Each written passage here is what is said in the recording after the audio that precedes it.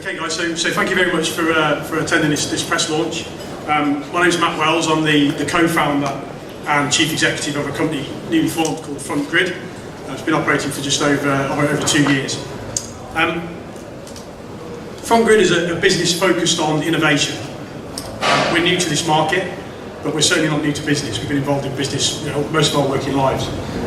We've got a suite of products we've developed and are developing, all the different stages of development. Some have been fully prototype tested, some are ready for market release.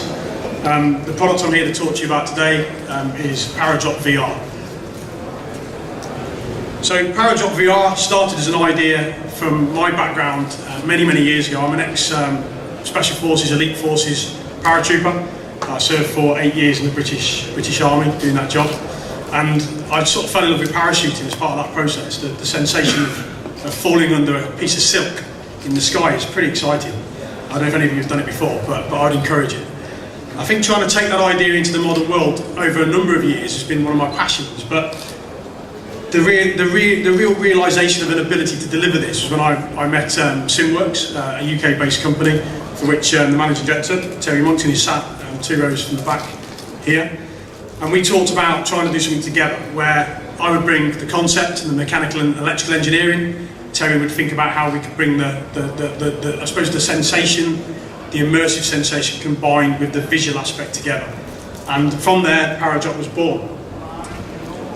In terms of its impact to the market, we've tried to design it, or we've very much worked hard on trying to design it in a way where it's got real commercial value. I'm not a fan of designing things that don't have a real commercial angle in business, in the real world. So it's got to deal with reasonable throughput. It's got to be able to be something that will allow us to charge a good price point. And given that you put a number of people through it a year and its reliability, it should be a good profitable venture. The product we've got in front of us is a full turnkey solution. So we deal with everything from the design, the manufacturing. Everything that you see on that picture can be delivered to any client anywhere in the world through the partnership with Simworx. This is a 4-unit design. Each unit will do 20 people per hour, so 80 people per hour on this 4-unit design. And the beautiful thing about the way it's designed is it's designed in a modular basis. So you could have 4 units, you could have 5, 6, 7. You can configure it in different ways. I've got some pictures to show you how that looks.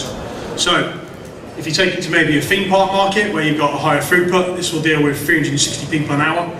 It's an 18-unit module, and yeah, pretty exciting in terms of the way it looks as well.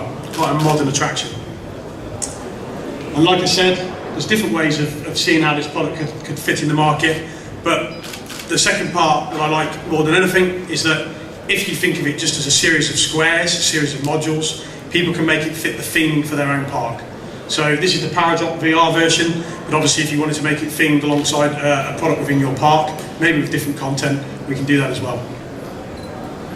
So, how does it work? Well, quite simply, people queue and pay first. I think that's the most important part. Obviously, you may or you may not have a kiosk at the ride, you may have a gate entrance fee, and this may be part of your overall experience. But on this version, people are paying to play.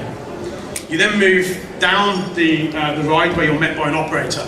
One operator will look after 4 units, and we've cycled the time to 3 minutes rotation. So, each unit, you will arrive, get in, experience a 2-minute flight, and then you will get out of the harness and leave. That will take 3 minutes. One of the interesting parts about Paradrop is obviously in the title. It involves dropping as well as moving up and down. So that sensation of going over a bridge in a car where your stomach is slightly lifted, we get the ability to deliver that at the same time as seeing or playing a game. So it's gamified. That gamification in the content means that people that are flying through the sky, collecting points through hitting circles in the sky. And I'll show you a short clip in a minute on our promo video which explains the content in more detail. The other interesting part, on the basis that you collect scores, means that we can integrate it with a mobile application. So this is a new world way of thinking, in my opinion, whereby if you're playing a game on a site, the great thing is that you can see where you've achieved in terms of your ranking, so a score sheet. That score sheet can either be on a single TV behind each of the units, or we can have one TV for 4 units, and so on. Better than that, after the experience, if you download the ParadropVR mobile app, you can then get your score on your mobile app on your cell phone, which allows you to then see where you rank in terms of the people that have played the game on that site, or globally where the other sites will start to come online. So I see this as a kind of a global scoring system, and eventually for Generation 2, we'd like to see an opportunity to download content of your actual flight. What I'm going to do now is just show you a quick promo video of our prototype project that's in Simworx headquarters, and we're inviting people over to the United Kingdom to visit the location to have a test flight. And once they've had that test flight, if they want to buy, one of the things we're doing from the show is anyone we meet at EAS, where we fund the cost of that visit from the cost of the product if they were to purchase one. So I'll give you the video and then we'll open the floor for any questions.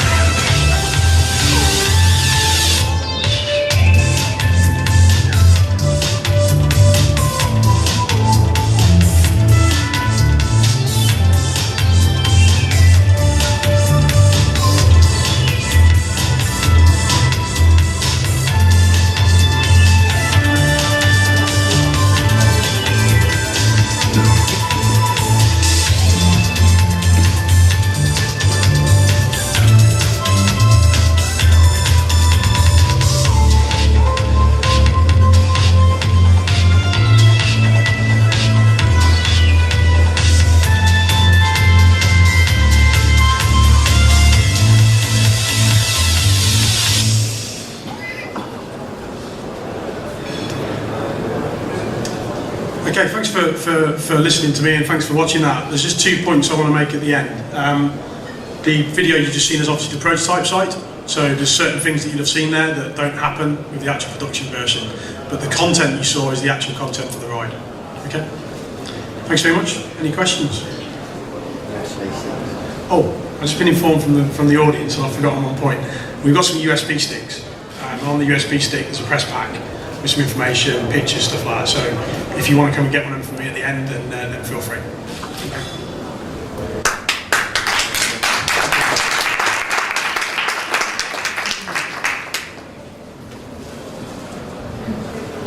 If there's no questions, that's great, but tell us you want to. Can we expect to see demonstrations of this in future shows like that? I would love to do that. I think I would. I mean, let's be honest with you. This year, no, we haven't got anything coming to any of the shows in terms of an actual product. That's why we're offering test flights in the United Kingdom. At a future show, I'd love to see this product on the show floor. I'd love to.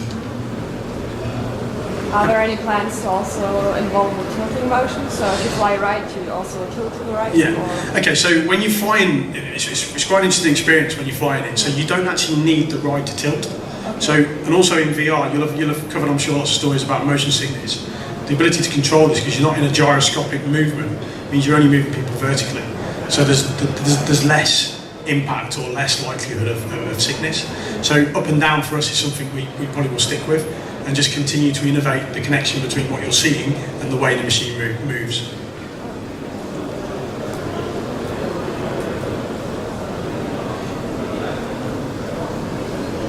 Any other questions? No? Okay guys, well thanks very much for your time, and come forward and grab a pen stick or pen drive or whatever we call them. Thank you guys.